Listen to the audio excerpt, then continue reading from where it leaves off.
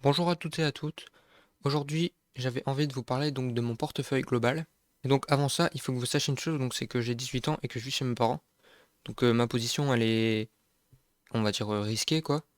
Mais il faut vraiment pas que... Enfin, c'est pas un conseil, quoi.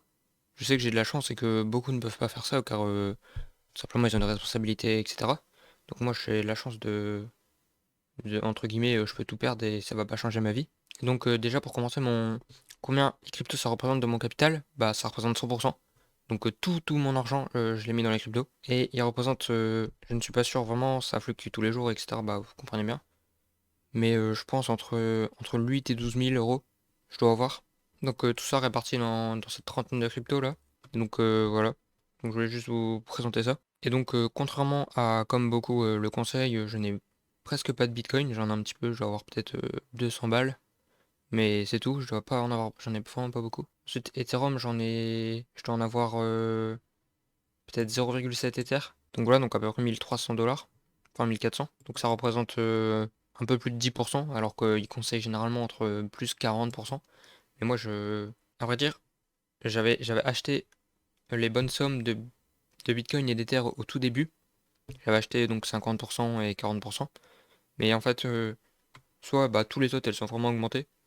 Ou alors à chaque fois que je remettais, bah j'achèterais pas de Bitcoin ni d'Ether. Donc ce qui fait qu'au final, ça représente vraiment deux petites lignes de mon portefeuille. Donc voilà, donc ensuite, je possède pas mal de cryptos donc, sur le Cosmos Hub. On peut voir notamment avec Chia, Axelar, maintenant GYDX, mais aussi Atom et Osmosis. Donc ça c'est tout simplement pour farmer les airdrops, sans rien faire.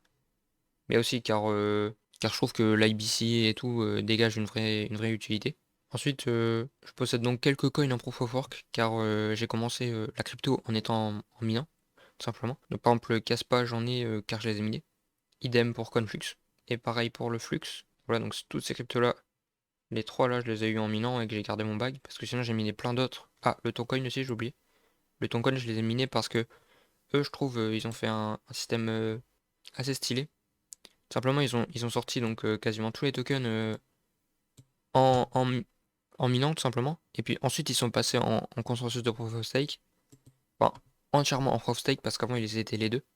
Et donc, ça rend pas mal, je trouve, afin de distribuer bien les tokens, etc. Et donc, ensuite, je possède donc un petit peu de Mantle, comme vous avez pu voir la vidéo. Ensuite, oui, du VET, du Matic. Ensuite, j'ai aussi des optimismes. Alors, ça, c'est donc Crypto LFDM qui les a donnés avec son Grant.